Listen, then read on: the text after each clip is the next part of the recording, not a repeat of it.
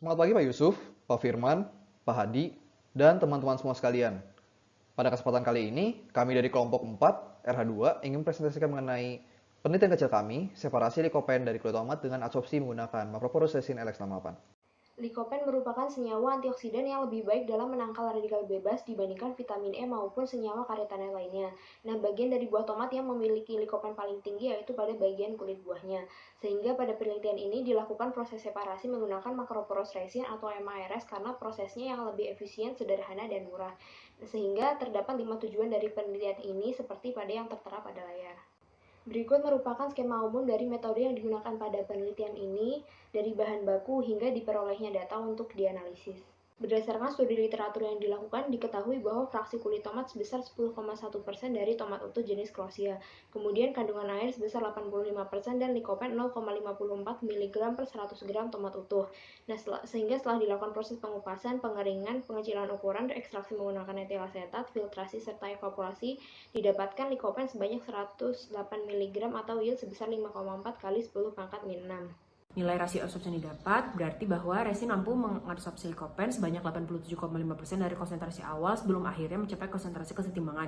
Kemampuan resin yang baik ini dipengaruhi oleh beberapa sifat dari resin itu sendiri, seperti polaritas dan luas permukaan.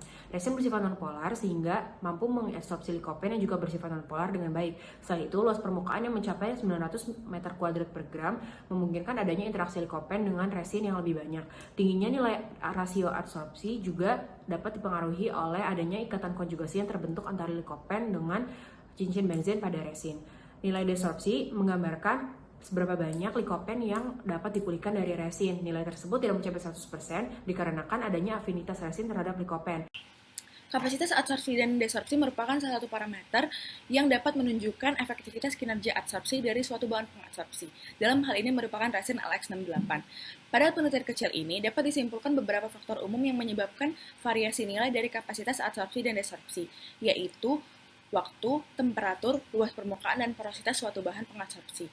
Umumnya, kapasitas absorpsi dapat dicari dengan menggunakan persamaan model isoterm Langmuir maupun Freundlich seperti yang tertulis pada persamaan 1. Namun, pada penelitian ini digunakan pencarian kapasitas absorpsi dan desorpsi menggunakan persamaan 2 dan 3 seperti yang tertulis pada slide. Nantinya, nilai-nilai tersebut dalam keterangannya dapat memungkinkan peneliti dalam menentukan nilai kapasitas absorpsi. Kapasitas absorpsi dapat ditentukan dengan mencari konsentrasi resin saat setelah larutan adsorbat ditambahkan dan juga saat setelah keseimbangan isoterm absorpsi tercapai. Analisis konsentrasi ini menggunakan metode HPLC atau High Performance Liquid Chromatography. Untuk menentukan kinetika dari absorpsi LX68, maka dilakukan pendekatan 3 model kinetika, yaitu model kinetika pseudo-order 1, model kinetika pseudo-order 2, dan model kinetika difusi intrapartikel.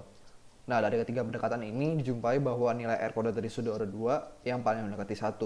Oleh karenanya, absorpsi resin ini bisa digambarkan dengan model kinetika pseudo-order 2. Nah, pseudo-order 2 ini menunjukkan bahwa konsentrasi pada adsorbat dan adsorben mempengaruhi kecepatan proses absorpsi. Selain itu juga model kinetika ini juga mengimplikasikan sebenarnya bahwa proses yang terjadi itu merupakan reaksi yang awalnya terjadi cepat, namun pada akhirnya dibatasi oleh difusi yang terjadi pada pori-pori resin yang kecil. Dilanjutkan dengan bagian isoterm dan termodinamika absorpsi likopen pada resin MAR LX68. Dalam menentukan jenis isoterm absorpsi, biasanya digunakan dua model pendekatan, yaitu Langmuir dan Freundlich isoterm. Pada percobaan ini diambil data mentah dari grafik referensi dan di-curvating dengan software MATLAB, sehingga didapatkan bahwa nilai R kuadrat untuk model Langmuir isoterm lebih tinggi dibandingkan model Freundlich. Maka dari itu digunakan model Langmuir isoterm. Berikut hasil linearisasi dari model Langmuir pada persamaan 2, sehingga dapat ditentukan nilai dari QM yang merupakan kapasitas maksimum absorpsi dan KL yang merupakan konstanta Langmuir untuk setiap variasi suhunya. Setelah itu dilanjutkan dengan menentukan nilai K, yaitu konstanta equilibrium reaksi, dengan membagi nilai M, massa molar likopen, dengan KL. Dilanjutkan dengan menentukan parameter dari delta G0 menggunakan persamaan 4. Dan telah disajikan data hasil perhitungan versus data literatur pada poin kedua. Kedua data tersebut tetap memiliki nilai negatif yang menandakan bahwa proses adsorpsi berjalan secara spontan dan faktor suhu tidak mempengaruhi proses adsorpsi secara signifikan pada rentang suhu yang digunakan pada penelitian tersebut. Dilanjutkan dengan menentukan parameter delta H0 dan delta S0 menggunakan persamaan 5. Dan telah disajikan data hasil perhitungan versus data literatur pada poin ketiga. Nilai delta H0 sendiri menunjukkan nilai yang negatif, menandakan bahwa reaksi adsorpsi likopen dengan resin LX68 merupakan proses eksoterm. Proses adsorpsi sendiri selalu berjalan secara eksotermik karena menyebabkan berkurangnya gaya residual pada permukaan adsorben, sehingga energi permukaan adsorben berkurang. Saat likopen teradsorpsi pada permukaan resin, nilai entalpi sendiri akan turun. Hal tersebut dikarenakan saat likopen berada dalam aliran bebas, maka ketidakteraturan molekulnya tinggi. Sedangkan saat teradsorpsi pada permukaan resin, pergerakan dan ketidakteraturannya berkurang, sehingga turunnya nilai delta S0. Di mana benar dihasilkan nilai delta S0 yang negatif pula. Terdapat 5 kesimpulan yang dapat diambil dari penelitian kali ini yang dapat dilihat pada slide. Selain itu, saran yang dapat diberikan adalah penggunaan etil asetat dan etanol 1:1 sebagai pelarut dalam ekstraksi likopen untuk menghasilkan yield yang lebih baik.